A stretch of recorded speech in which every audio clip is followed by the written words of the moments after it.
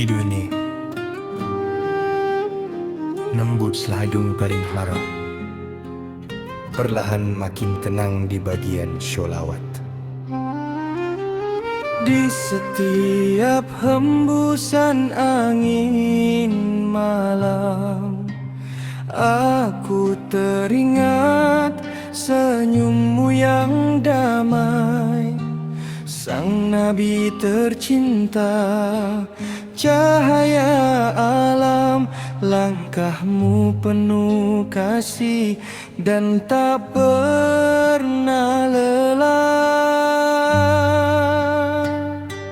Jauh jarakmu di tanah Madinah, namun namamu hidup di dalam dada.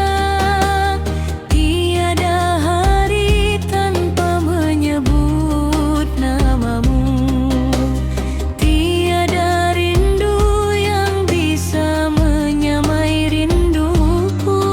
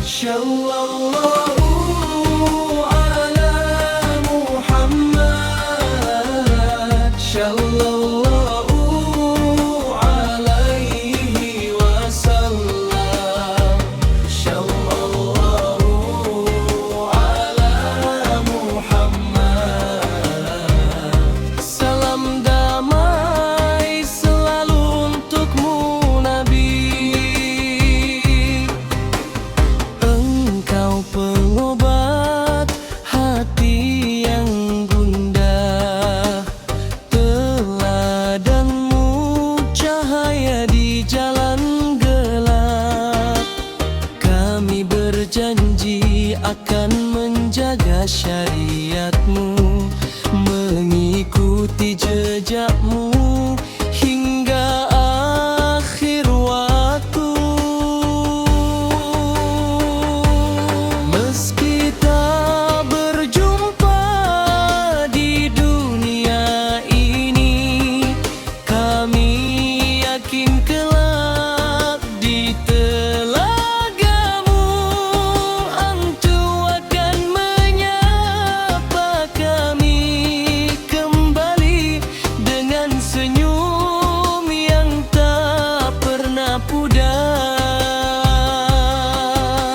Sallallahu ala Muhammad, sallallahu ala alihi wa sahbihi.